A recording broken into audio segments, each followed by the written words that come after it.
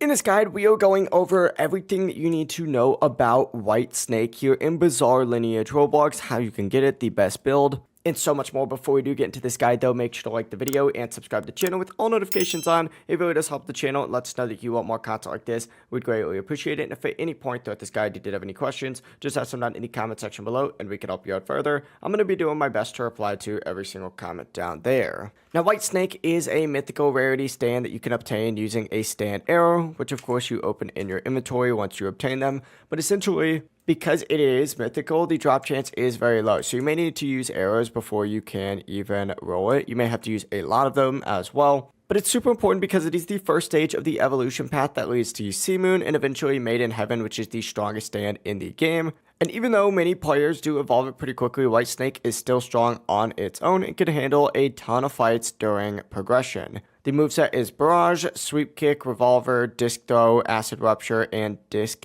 Extraction. And because of its ability, Whitesnake can control fights by disabling opponent's stand, meaning it's very useful in both PvP and PvE. Most players are going to end up evolving it to Made in Heaven, so just keep that in mind, as well as Sea Moon. So there is that. However, it is good on its own nonetheless. But that's really everything that you need to know here about Whitesnake here in Bizarre Lineage. If this guide did help you out and clear things up, make sure to like the video and subscribe to the channel with all notifications on. It really does help the channel and lets us know that you want more content like this. We'd greatly appreciate it. And if at any point that this guide did have any questions, just ask them down in the comment section below and we can help you out further. I'm going to be doing my best to reply to every single comment down there. Have a great rest of your day though.